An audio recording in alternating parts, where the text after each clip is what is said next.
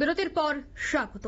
আবারও বধূ নির্যাতনের অভিযোগ, আর সেই অভিযোগ কিন্তু উঠে এসেছে তেলিয়ামুড়া থেকে। জানা যায় যে প্রাণের ভয়ে নির্যাতিতা গৃহবধূ আশ্রয় নিয়েছে সোনামুড়া থানায়। ঘটনা মহিলা কমিশনের হস্তক্ষেপে চাইছে শুভবুদ্ধি সম্পন্ন সচেতন মহল। দাবি উঠেছে প্রয়োজনীয় ব্যবস্থা গ্রহণের। নির্যাতিতা গৃহবধূর অভিযোগ বলেই জানা গেছে যে প্রায় ৮ বছর পূর্বে তেলিয়ামুড়া থানাধীন দশমীঘাট এলাকার বাসিন্দা পিতা মাতাহীন দীপা সাহা নামের তরুণীকে বিবাহ বন্ধনে আবদ্ধ করার মধ্য দিয়ে নিজের গৃহবধূ হিসেবে স্বীকৃতি প্রদান করেন তেলিয়ামুড়ার গোরাঙ্গটিলা এলাকার স্বপ্না রানী দাস এবং মানিক দাসের সুপুত্র রাজীব দাস।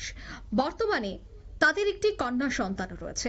নির্যাতিতা গৃহবধূর অভিযোগ যে বিবাহের কয়েক বছর পর থেকেই নাকি তার উপর শ্বশুর বাড়ির লোকজন প্রতিনিয়তই শারীরিক এবং মানসিকভাবে নির্যাতন চালিয়ে আসছে এবং আজ এই গৃহবধূ দীপা সাহাকে নির্যাতন করা হয়। তবে নির্যাতনের মাত্রা এতটাই ছাপিয়ে যায় যে শ্বশুর শাশুড়ির নির্দেশে গোরাঙ্গটিলাস্থিত গৃহবধূর শ্বশুর বাড়িতে থাকা ভাড়াটিয়ারা মিলে রীতিমতো প্রাণঘাতী নির্যাতন চালায় এই গৃহবধূর উপর।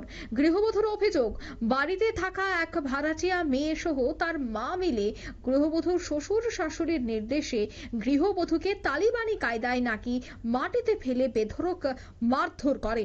এমনটাই কিন্তু অভিযোগ করলেন এই গৃহবধূ। ঠিক তিনি কি বলছেন শোনাচ্ছি।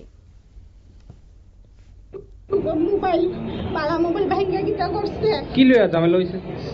শ্বশুর শাশুড়ি হেরার লোকে আমরা ঝগড়া, তাহলে তারা তো ঝগড়া লাগবে বাড়ির ভাড়াটারা আমার নামে মিথ্যা কথা, আমি বলে তার নামে বলে কিতা কইছি কিতা না, তো বাড়ির ভাড়াটারা মিললে তার সঙ্গে মানে যুক্তি করে সেটা তারা দিয়ে আমার আজকে সারাদিন ভগাইতেছে। সারাদিন তো বকছে সারাদিন যেমন হয়ে গেছে। আমি কিছু ইয়া করছি না। সন্ধ্যার সময় ছাগল আছে, আমি ছাগল নিয়ে ছাগল ভাঙতে যাইতেছি ঘরের মধ্যে, তো তারা আমার শাশুড়ির বাড়ির সামনে বইয়া তারা মুখের বাসা করে আমার মানে বক্তাছে এমন বৃষ্টি বাসা কইতাছে, মানে কুয়ার মতো না আমি বলে কিতা করছি, মানে কি খারাপ বাসা।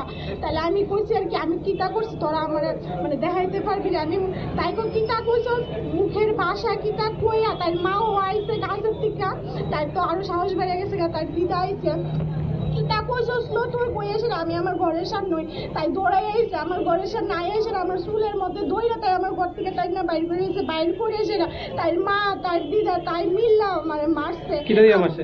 হাত দিয়ে মারছে। এবার দিয়া কিতা জানি একটা দিয়ে মাথার মধ্যে ও দিছে, তাই মার হাতে কিতা জানি একটা আসছিল মোবাইল ওই না কিতা জানি অন্ধকারের মধ্যে তো আমি দেখছি না। এরপরে আমার মায়ের মোবাইল লইছে, বাবার কাছে ফোন করে আমার মায়ের জন্য তাকে মোবাইল।